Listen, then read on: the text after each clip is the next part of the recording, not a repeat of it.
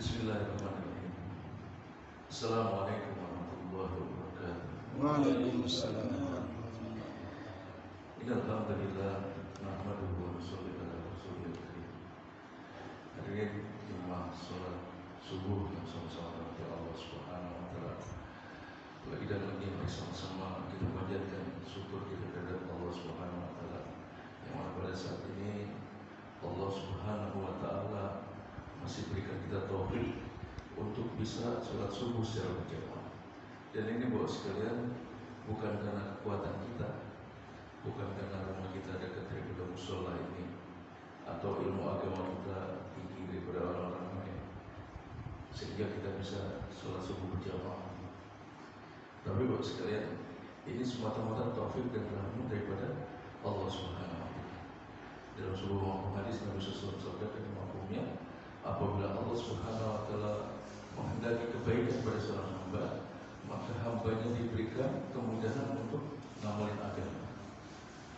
Dalam sebuah riwayat katakan, barang siapa yang berwudu dengan sempurna di malam yang gelap, kemudian dia berjalan ke masjid, maka pada hari kiamat nanti dia akan mendapatkan nur yang sempurna pada hari kiamat. Belum bawa sekalian, sholatnya 2 rakaat sebelum daripada sholat subuh tadi, pahalanya lebih baik daripada dunia beserta isinya. Bayangin pahalanya dunia beserta isinya, masya Allah. Bahkan dalam sebuah riwayat katakan, barang siapa yang menjaga 2 sholat di waktu yang dingin, maka dijamin masuk surga. Ulama katakan 2 sholat di waktu yang dingin ini adalah subuh dengan asar. Kita berharap kepada Allah Subhanahu wa taala agar sholat subuh kita ini diterima oleh Allah Subhanahu wa taala. Bapak-bapak jemaah sholat subuh yang sama-sama dengan Allah Subhanahu wa taala. Allah Subhanahu wa taala berkata, kepercayaan manusia dunia akhirat ini hanya dalam mengamalkan agama secara sempurna. Apabila manusia ini sanggup menjalankan segala perintah Allah, sanggup menjalankan segala sunnah baginda Muhammad SAW, maka pasti dan pasti manusia ini akan bahagia di dunia yang sementara dan nanti di akhirat yang selama-lamanya. Hadirin dimuliakan Allah Subhanahu wa taala, untuk bisa amalkan agama secara sempurna ini perlu daripada kekuatan iman. Ulama katakan iman ini sebagaimana diibaratkan seperti listrik. Listrik ini kalau tegangannya kuat, maka AC mudah nyala, kipas mudah nyala, magicom juga nyala. Tapi kalau listrik ini tegangannya lemah, lampu 5 watt pun nggak bakalan nyala. Begitu pula iman seorang, buat sekalian. Kalau iman ini kuat, buat sekalian, dia akan mudah sedekah walaupun duitnya pas-pasan, akan mudah tahajud walaupun hujan deras, kedinginan, buat sekalian, akan mudah sangat baik kepada setiap saudara muslim walaupun kekurangan di mana-mana, dia akan mudah sangat baik. Tapi buat sekalian, kalau iman lemah, buat sekalian, mohon maaf, kadang-kadang rumah dekat daripada masjid, bahkan kadang-kadang tidur di masjid, sholat pun kagak, buat sekalian. Karena apa? Yang menjadikan orang bisa sholat, bisa beramal baik ini semata-mata iman, buat sekalian. Maka buat sekalian, iman itu perlu diusahakan. Saking pentingnya perkara iman ini, buat sekalian, Allah hantarkan 124.000 para nabi ini, buat sekalian, untuk perkara ini. Bagaimana manusia ini bisa membawa iman, membawa agama, buat sekalian. Sampai buat sekalian, nanti kalau kita mati, buat sekalian, kalau kita nggak punya rumah, Allah nggak akan marah. Nggak punya mobil, Allah nggak akan marah. Tapi Allah akan marah apabila manusia ini mati tidak membawa iman. Karena iman itu perkara yang penting, buat sekalian. Perkara yang penting yang bisa menjawab nanti pertanyaan kita di kubur. Man rabbuka, man nabiyuka, man ihwanuka. Ini kekuatan daripada perkara iman. Maka buat sekalian, saking nilainya besar di perkara iman, dalam sebuah riwayat katakan, sekecil-kecilnya iman, Allah akan balas dengan surga yang luasnya 10 kali dunia. Sekecil-kecilnya iman, buat sekalian. Hari ini kita punya emas sebesar debu, buat sekalian. Kalau ditukar nggak ada yang mau beli. Tapi iman ini, buat sekalian, sebesar debu, Allah ganjar dengan surga yang luasnya 10 kali dunia. Di mana suatu tempat yang akan bahagia, nggak akan susah selama-lamanya. suatu tempat yang akan mudah, nggak akan tua selama-lamanya. Di dunia walaupun kita tampan misalnya ini, laki-laki tampan, tapi kan sifatnya cuma sebentar aja. Suatu saat dia akan tua, akan ompong, akan rambutnya putih, kulitnya akan kisut. Tapi di akhirat nanti bos sekalian, kalau kita bahagia bos sekalian, masuk surganya Allah, ya selama-lamanya bahagia, nggak akan susah selama-lamanya. Maka orang yang cerdas kata Nabi bos sekalian, orang yang cerdas kata Nabi ini orang yang banyak berpikir tentang akhirat dan mempersiapkan bekal untuk akhirat. Karena bos sekalian, kehidupan akhirat ini abadi selama-lamanya. Tapi hari ini bos sekalian, banyak orang tertipu dengan perkara ini. Banyak orang lebih pentingkan dunia daripada agama. Kalau zaman sahabat Nabi dulu bos sekalian, agama ini dibawa di atas kepala mereka. Apabila agama ini bergeser sedikit saja, maka dunia rela mereka tinggalkan. Ada seorang sahabat Nabi ini ketika sholat sunnah bos sekalian, sholat sunnah lupa daripada rakaatnya, gara-gara ingat kebunnya Bilha. Maka bos sekalian, selesai sholat dia jumpa dengan Nabi. Ya Rasulullah, kebunku ini menghalangi aku daripada khusyuk daripada sholat. Maka ya Rasulullah, kebunku ini kusedekahkan di jalan Allah. Jadi nggak mampu sholatnya nih bos sekalian, terganggu gara-gara dunia bos sekalian. Tapi hari ini kita bisa lihat umat hari ini bos sekalian, perintah-perintah Allah, apalagi perintah-perintah yang penting kayak sholat bos sekalian, banyak umat ditinggalkan bos sekalian.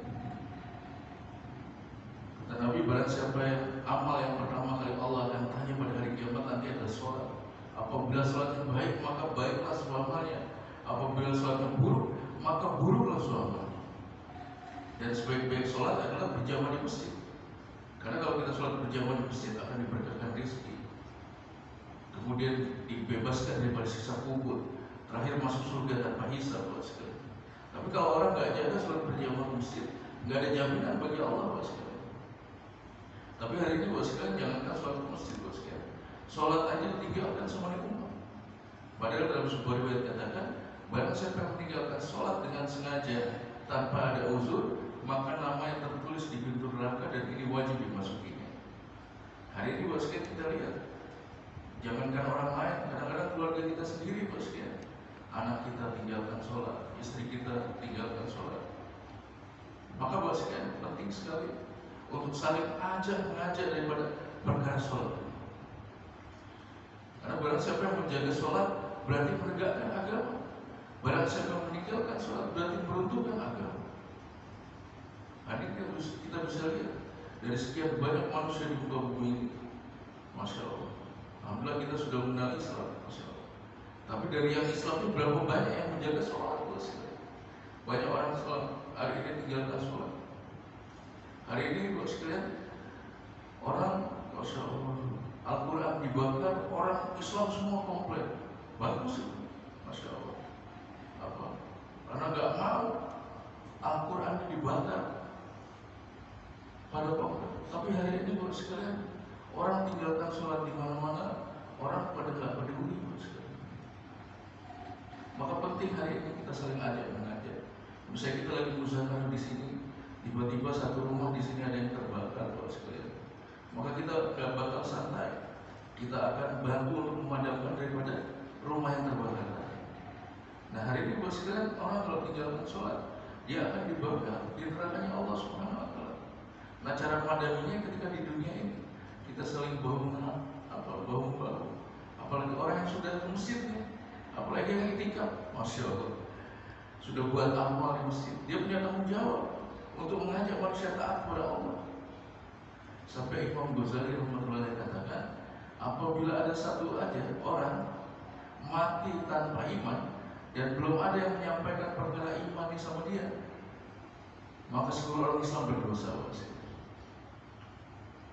Hari ini kita bisa lihat orang mati tinggalin sholat, orang mati nggak bisa baca Quran, orang mati nggak jalankan perintah Allah, kasihan. Maka inilah tugas kita yang sudah pada masjid untuk saling mengajak dalam hal perkara kebaikan. Maka jemaah banyak seperti ini dihantar, ada yang 3 hari, 40 hari, 4 bulan. Kalau ini dari tetangga Masjid Baitul Salam, Komplek Pas Pampres ke sini, ada yang dari Masjid Al Jihad, masa kecil datang ke sini, ada yang dari Condet segala datang kemari semata-mata untuk kembali menghidupkan daripada kerja ini, memakmurkan masjid-masjid Allah. Hari ini di Jakarta, masya Allah, masjid banyak di mana-mana, musola banyak di mana-mana. Tapi kita bisa lihat Pak sekalian, ketika azan memandangkan Allahu Akbar, Allahu Akbar, yang datang cuma sedikit, masya Allah. Tapi kalau ada dangdutan, kalau ada ini, masya Allah, orang berlomba-lomba datang. Maka ini penting sekali dari kita untuk saling ajak mengajar dalam hal kebaikan. Dan yang paling penting lagi sekalian, jemaah yang sedang beritikaf ini nanti kalau pulang juga sama untuk menghidupkan daripada amal yang sudah didapatkan di sini di kampungnya sendiri.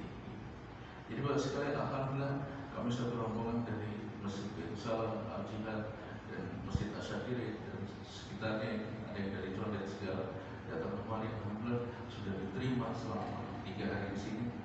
Kami gak bisa balas segala kebaikan Bapak-Bapak di sini. Kami telah pakai fasilitas yang ada di masjid ini, insya Allah kami mohon diikhlaskan, dan kami gak bisa membalas. Dan semoga kebaikan Bapak-Bapak di sini dibalas dengan kebaikan di surga Allah Subhanahu wa Ta'ala. Dan kami berharap silaturahmi seperti ini gak cuma sampai di sini. Kami dari Baitul Salam sudah datang ke sini.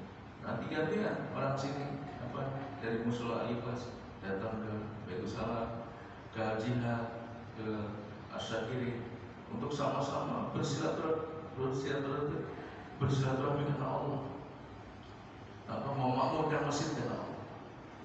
Kami tunggu kedatangan Bapak-Bapak sekalian untuk datang ke tempat kami. Jadi Bapak sekalian, mungkin ini yang bisa saya sampaikan. Semua kebaikan datang dari Allah, salah hilang datang dari saya. Untuk semua yang majelis, sama-sama kita tutup dan doa kepada Subhanallahumma wa bihamdika, asyhadu an la ilaha illa anta, astaghfiruka wa atubu ilaik. Subhana rabbika rabbil izzati amma yasifun, wa salamun alal mursalin, walhamdulillahi rabbil alamin. Assalamualaikum warahmatullahi wabarakatuh.